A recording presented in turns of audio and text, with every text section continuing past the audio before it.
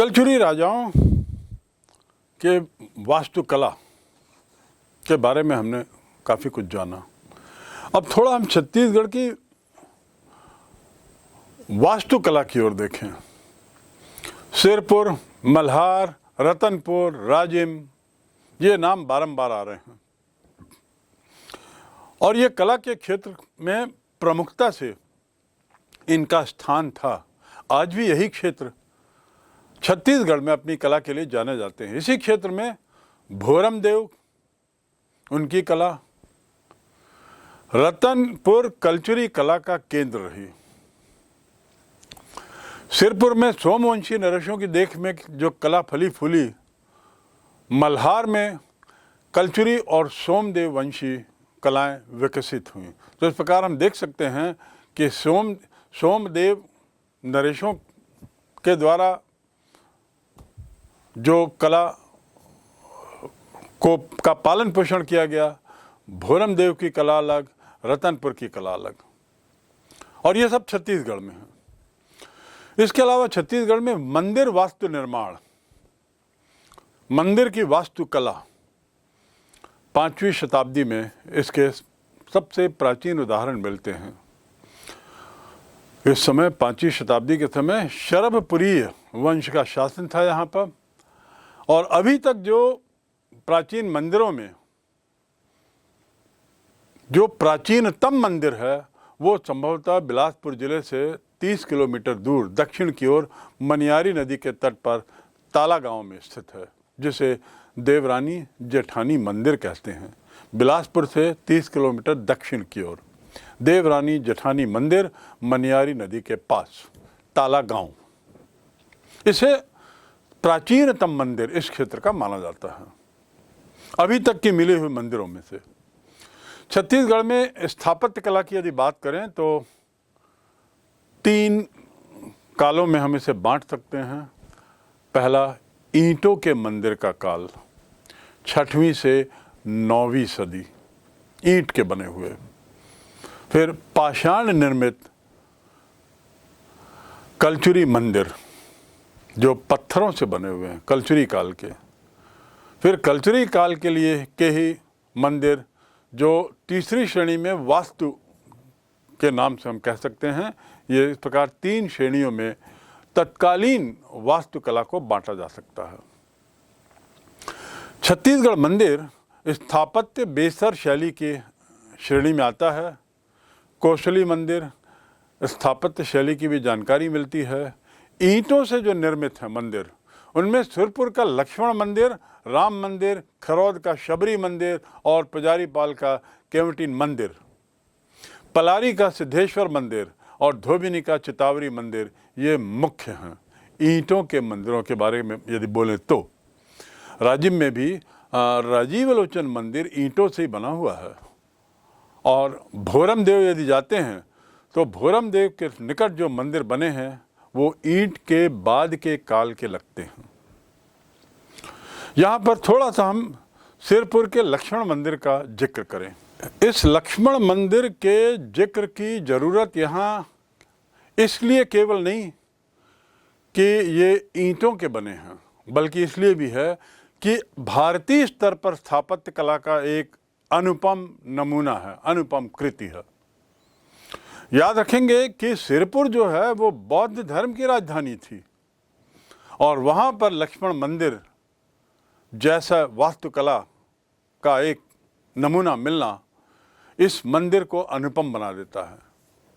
ईंटों को तराश कर मंदिर के बाहर की दीवारें, उसमें चित्रांकन किया गया है। गर्भगृह प्रवेश द्वार, वहाँ पर गुप्तोत्तर कला का उदाहरण है। गुप्तोत्तर कला से का अर्थ है गुप्त काल के बाद जो कला पनपी। गुप्त काल लगभग 4वीं सदी में समाप्त होता है। उसके बाद जो कला पनपी उसका उदाहरण है गर्भगृह प्रवेश द्वार, सिरपुर का लक्ष्मण मंदिर। इसमें विष्णु के विभिन्न अवतार और कृष्ण लीला को अंकित किया गया है, दर्शाया गया है। इसके ललाट बिंब इसे विष्णु मंदिर अंकित करते हैं। सिरपुर के मिले अभिलेखों से पता चलता है कि सोमवंश के राजा महाशिवगुप्त बालार्जुन, जिसका पूर्व में मैंने जिक्र किया है, उनकी माता वसाटा देवी द्वारा निर्मित ये मंदिर विष्णु का है। तो आप ये जान लें कि लक्ष्मण मंदिर का निर्माण राजा महाशिवगुप्त बालार्जुन ने किया था या उनकी माता ने किया था। ये मंदिर गुप्तकालीन छतों के समतल और मध्ययुगीन शिखर युक्त मंदिरों के मध्य विकसित शिविर वाले मंदिर का अनुपम उदाहरण है। आखिर ये समतल मंदिर और शिखर युक्त मंदिर क्या हैं, दो पंक्तियों में जानना जरूरी है। शिखर युक्त मंदिर ऐसे हैं जो सामान्य मंदिर आप देखे होंगे ऐसे शिखर बने रहते हैं पिरामिड के शेप में, और कई मंदिर जिसके छत जो है वो समतल हैं, प्लेन है। एक काल चला था जब केवल समतल ही बनाया जाता था और एक दौर ऐसा था जब केवल शिखर वाले ही मंदिर बनाए जाते थे। तो सिरपुर में जो मंदिर बना है वह इन दोनों के बीच का एक मिश्रण है। इन दोनों कालों के मध्य अर्ध विकसित शिखर वाले मंदिरों के रूप में जाना जाता है। ये न पूरी तरह से शिखर वाले मंदिर कहलाएंगे, न उस श्रेणी में आएंगे, और न पूरी तरह से समतल की श्रेणी में आएंगे, अर्ध शिखर मंदिर। अब हम दूसरे मंदिर की ओर चलते हैं, भोरम देव मंदिर, कवर्धा।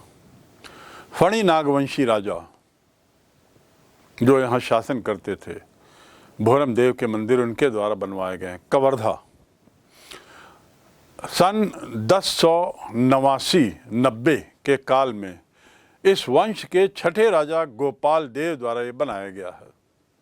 भोरम देव का मंदिर गोपाल देव ने इसे बनाया, और ये जो मंदिर है खजुराहो की चंदेल शैली, जिसे नागर शैली भी कहते हैं, क्योंकि वहाँ चंदेल वंश का शासन था खजुराहो में, टीकमगढ़ के पास। तो चंदेल शैली, नागर शैली कहें या खजुराहो के मंदिरों से प्रेरित होकर बनाए प्रतीत होते हैं। तो या तो चंदेल शैली से प्रभावित हुए हैं या खजुराहो के मंदिरों की कलाकृतियों से प्रभावित होकर यहाँ पे उन मंदिरों का, वैसे मंदिरों का निर्माण किया गया है। इसी वंश में, फणी नागवंशी वंश में 24वें जो राजा थे, राजा रामचंद्र, उन्होंने 1349 में मड़वा महल बनाया, जिसे दूल्हा देव कहा जाता है, मड़वा महल। कांकेर, वहाँ पे सोमवंशी शासक, उनका रुतबा था। इन शासकों के मंदिर धमतरी जिले के अलावा कांकेर में भी हैं। सोमवंशी सरगुजा जिले में त्रिपुरी के कल्चरों की एक शाखा का जो राज्य था, इस जिले के डिपाडी, सतमहला, महेशपुर आदि स्थानों में कई प्राचीन मंदिर मिले हैं जो त्रिपुरी, जबलपुर के कल्चरी शासन के कला से प्रभावित मालूम होते हैं। बिलासपुर के मल्हार से प्राप्त सूर्य मंदिर वहाँ देखे जा सकते हैं। कल्चरी और समकालीन राजवंशों द्वारा निर्मित मंदिरों में पाली, जांजगीर, रतनपुर, आरंग, बारासुर के मंदिर कला और स्थापत्य कला विशेष रूप से महत्वपूर्ण है। कल्चरियों के द्वारा निर्मित मंदिरों के द्वार पर गजलक्ष्मी व शिव मूर्तियां मिली हैं। निर्मित मंदिरों के द्वार पर गजलक्ष्मी और शिव मूर्ति प्रवेश द्वार पर होना, उसके पीछे ऐसी धारणा है कि गजलक्ष्मी कल्चुरियों की कुल देवी थी और कुल शिव उपासक था। ये मंदिर भारतीय वास्तुकला के बड़े श्रेष्ठ उदाहरणों में से गिने जाते हैं। कल्चुरी काल के बाद मराठा काल में जो संक्षिप्त तो रहा लेकिन अपना प्रभाव छोड़ गया, तो मंदिर निर्माण की जो प्रक्रिया चल रही थी वह जारी रहती है। मराठा काल में मंदिरों का निर्माण तो जारी रहा, लेकिन कोई विशेष ध्यान नहीं दिया गया स्थापत्य की ओर, कला की ओर। फिर भी छत्तीसगढ़ के पहले मराठा शासक बिंबाजी 1758 से 1787, लगभग 30 वर्ष का काल, रतनपुर के राम टेकरी में राम मंदिर का निर्माण करवाते हैं। प्रथम मराठा शासक का नाम बिंबाजी, 30 वर्ष का काल 1758 से 1787। रतनपुर में राम मंदिर का निर्माण। इन्हीं के काल में, इनके सहयोग से ही रायपुर का दूधाधारी मठ भी बनाया गया है, जो आज भी विद्यमान है। तो रायपुर का दूधाधारी मठ मराठा काल में बना, जब उनका शासन यहाँ था, और राजा का नाम था बिंबाजी, जिन्होंने रतनपुर में भी मंदिर बनाया। ये एक महत्वपूर्ण जानकारी आपको रखनी चाहिए, क्योंकि दूधाधारी मठ रायपुर का एक बहुत प्राचीन धार्मिक केंद्र माना जाता है। छत्तीसगढ़ के क्षेत्र में मंदिरों का निर्माण और विकास क्रम हमने जैसा जाना, लगभग वैसा ही उत्तर भारत के मंदिरों के साथ साथ हुआ। उल्टा हम ये कह सकते हैं कि उत्तर भारत के मंदिरों का जैसे जैसे निर्माण उत्तरोत्तर गति से बेहतर होता गया, उसी प्रकार दक्षिण कौशल में भी मंदिरों के निर्माण की स्थापत्य कला में हम देखते हैं सुधार। वास्तुकला की दृष्टि से भारतीय मंदिर स्थापत्य के इतिहास में छत्तीसगढ़ के जो मंदिर हैं वे अपना विशिष्ट स्थान रखते हैं। इन्हें एक विशेष नज़रिए से देखा जाता है और अध्ययन किया जाता है। हिंदू धर्म, बौद्ध धर्म, जैन धर्म, इनका यहाँ छत्तीसगढ़ में इनका इतिहास हमने संक्षिप्त में समझ लिया और ये जान लिया कि कैसे तीनों धर्म कलचुरी काल में 750 वर्ष के कलचुरी शासन काल में शांतिपूर्वक रहते थे। और संभवतः इसी पृष्ठभूमि का परिणाम है कि आज भी छत्तीसगढ़ क्षेत्र एक शांत राज्य के रूप में माना जाता है। यहाँ के लोग मानसिक रूप से भी बड़े शांति प्रिय हैं। अब हम आते हैं एक और धर्म जिसने छत्तीसगढ़ में कुछ 150-200 वर्ष पूर्व अपनी नींव डाली, ईसाई धर्म। छत्तीसगढ़ में ईसाई धर्म प्रचारक आते हैं और उनमें एक रेवरेंड लोर का नाम सबसे ज़्यादा चर्चित है। अमेरिका की जर्मन व एवेंजेलिकल ये सोसाइटी, एवेंजेलिकल का अर्थ होता है धार्मिक कार्यों में लगे हुए लोग। तो एवेंजेलिकल सोसाइटी जो जर्मन थी लेकिन अमेरिका से भारत आए थे, मिस्टर लोर बम्बई में उतरे और वहाँ से 500 मील का सफ़र करके उस काल में नागपुर आते हैं। वहाँ से लगभग 200 मील 182 मील की यात्रा करते हुए बैलगाड़ी से रायपुर आते हैं। यदि मैं मील में बोल रहा हूँ तो ख्याल रखें कि ये 182 मील समझ लीजिए लगभग 300 किलोमीटर है, बल्कि इससे थोड़ा ज़्यादा 310। तो लगभग 310 किलोमीटर की यात्रा बैलगाड़ी से करते हुए रायपुर आते हैं। और रायपुर आने का कारण कि वह रायपुर जो है उस समय एक मुख्य छत्तीसगढ़ के इस क्षेत्र के मुख्य केंद्र के रूप में विकसित हो चुका था, मुख्य जगह थी। सन 31 मई 1868 को वे रायपुर आते हैं और इस प्रकार उनके आने के साथ ही ईसाई धर्म का पहला कदम इस क्षेत्र में पड़ता है। धार्मिक मामले में वैसे तो अंग्रेज लोग, अंग्रेजी फौज, अंग्रेजी अधिकारी पूर्व में भी आए थे, गए, लेकिन एक धार्मिक पादरी के रूप में इवेंजेलिकल उद्देश्य से, धर्म प्रचार के उद्देश्य से 1868 में छत्तीसगढ़ में पहला आगमन। डिप्टी कमिश्नर फनेट वॉल मेंजलो ने उन्हें रायपुर से 38 मील दूर दरचुरा में बसने की सलाह दी। जो उस समय रायपुर के डिप्टी कमिश्नर थे, उनसे वो मिलते हैं मिस्टर लोर, और फिर विचार विमर्श के बाद तय होता है कि रायपुर से एक दूरस्थ स्थल है 38 किलोमीटर दूर, वहाँ वो निवास करें, स्थायी निवासी बने।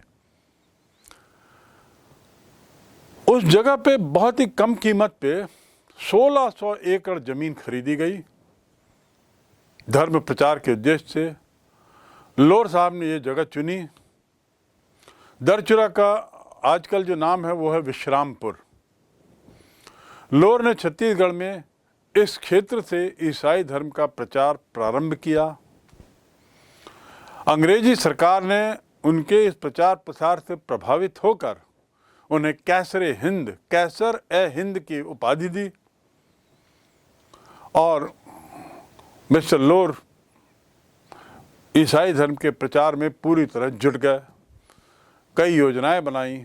हर गांव में एक व्यक्ति जो ईसाई बन चुका होता था उसको मासिक वेतन पर प्रचारक के रूप में वहां रखते थे और ये वैतनिक स्तर पर घूमते और प्रचार करते थे और अपने धर्म का गुणगान करते हुए प्रयास करते थे कि यहाँ के लोग उनके धर्म से प्रभावित होकर धर्म परिवर्तन करें। छत्तीसगढ़ के क्षेत्र में पहले पादरी O.T. लोर ने पदार्पण उस जगह किया जो धर्म प्रचार के लिए उपयुक्त था। रायपुर बिलासपुर जो है राष्ट्रीय मार्ग, उसके बीच में आता है विश्रामपुर। इसी विश्रामपुर क्षेत्र में पहले चर्च की स्थापना की गई थी। बस्तर में आदिवासियों को प्रभावित करने के लिए वहाँ भी ईसाई धर्म का प्रचार किया जाता है। उन्हें ईसाई बनाने का प्रयास, उनका कार्य शुरू होता है। और ये जो आदिवासी थे बस्तर के, ये काफ़ी उत्पीड़ित और शोषित महसूस करते थे, मुख्य धारा में नहीं आ पा रहे थे।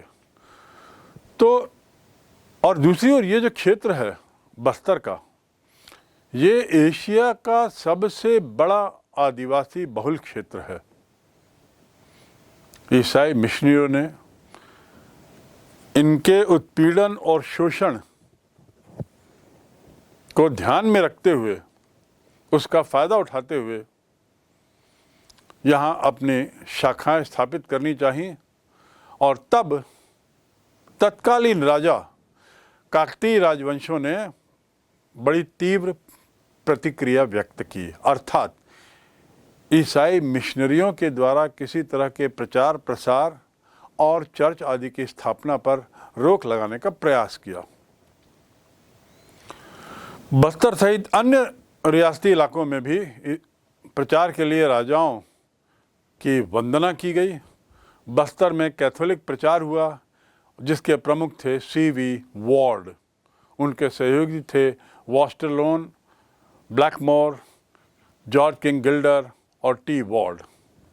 इन लोगों ने बस्तर क्षेत्र में प्रचार प्रसार का जिम्मा उठाया और उसमें लग गया। कई मिशनरी केंद्र खोले। यद्यपि इन मिशनरियों का काफ़ी विरोध भी किया गया, काफ़ी विद्रोह भी हुआ, लेकिन धीरे धीरे ईसाई धर्म अपना प्रभाव बढ़ाते गया। 6 मार्च 1892 मिस्टर वॉर्ड अपनी पत्नी और अपने कुनबे के साथ जगदलपुर पहुंचते हैं। छत्तीसगढ़ के कमिश्नर उन्हें पूरा सहयोग देते हैं। बस्तर दीवान, जिनका नाम रामकृष्ण राव था, वे भी इनका खूब सम्मान करते हैं और इन्हें घोड़े आदि भेंट करते हैं जिससे कि वे अपनी यात्राएं जारी रखें, अपने ईसाई धर्म का प्रचार जारी रख सकें। गंगालूर, कोंटा, जगदलपुर, कोंडागांव, अंतागढ़, इन जगहों पे कई मिशनरी केंद्र इस उद्देश्य से स्थापित किए गए जहां पर इस आदिवासियों को पर प्रभाव डाला जाए, आदिवासियों को धर्म परिवर्तन के लिए प्रेरित किया जाए। 1898 में अकाल आता है। उस अकाल के कारण उस आदिवासी क्षेत्र में बहुत त्राही त्राही मचती है और इस मौके का फ़ायदा ईसाई मिशनरी लोग उठाते हैं। वे क्या करते हैं? एक अस्पताल बना देते हैं। रायपुर से अनाथ जो थे बच्चे, उनको जगदलपुर स्थानांतरित करते हैं और धर्म प्रचार में उनकी मदद लेते हैं। चनखुरी में, जो रायपुर के निकट है, वहाँ पर उन्होंने एक कोढ़ी गृह की स्थापना की जहाँ कोढ़ टीबी के मरीजों का इलाज करने लगे। छत्तीसगढ़ में जब ब्रिटिश शासन की स्थापना होती है, फॉर्मल तरीके से जब ब्रिटिश शासन यहाँ आता है और लेफ्टिनेंट गवर्नर आते हैं, तो उसके बाद ईसाई धर्म के प्रचार प्रसार में आने वाली बाधाएं हट जाती हैं। उन्हें एक बहुत अनुकूल वातावरण मिल जाता है और आदिवासियों ने भी ईसाई धर्म को अपनाने में कोई विलंब नहीं किया, बल्कि उनका आकर्षण बढ़ा, क्योंकि ईसाई पादरी और मिशनरी लोग आदिवासियों की समस्याओं का निदान इसलिए करते थे क्योंकि वे उन्हें अपने धर्म का अनुयायी बनाना चाहते थे और आदिवासी इस बात से खुश थे कि उनकी समस्याओं का निदान ये लोग करते हैं।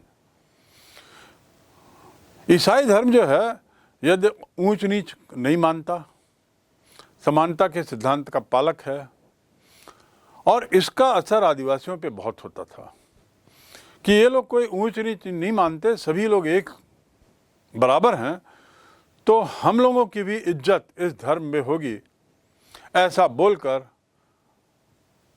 ऐसा सोचते हुए अछूत लोग ईसाई धर्म में आते हैं। बैतलपुर, जगदीशपुर, विश्रामपुर, रायगढ़, बिलासपुर, रायपुर, जगदलपुर, इतनी जगहों में केंद्र बनाते हुए ईसाई धर्म का प्रचार प्रसार जोर शोर से शुरू होता है और छत्तीसगढ़ में वैसे भी अंग्रेज़ों की सत्ता थी। ईसाई मिशनरियों ने स्वास्थ्य और सेवा, हेल्थ और सर्विस, इसको माध्यम बनाया उनको अपनी ओर खींचने का, अपनी ओर आकृष्ट करने का। चिशम, जिसका मैंने पूर्व में जिक्र किया, उनकी एक रिपोर्ट है जिसके अनुसार ईसाई मिशनरियों को उच्च वर्गीय हिंदुओं के द्वारा निम्न जाति के लोगों पर किए गए अत्याचारों के प्रति सहानुभूति दिखलाई गई और इन अछूतों को त्राता के रूप में प्रस्तुत किया गया। अर्थात ईसाई मिशनरियों ने इन आदिवासियों को ये बताने की, बरगलाने की कोशिश की कि हिंदुओं के द्वारा, उच्च वर्गीय हिंदुओं के द्वारा आपका अपमान होता है, आप पर अत्याचार होता है और इसलिए हमारी आपसे सहानुभूति है।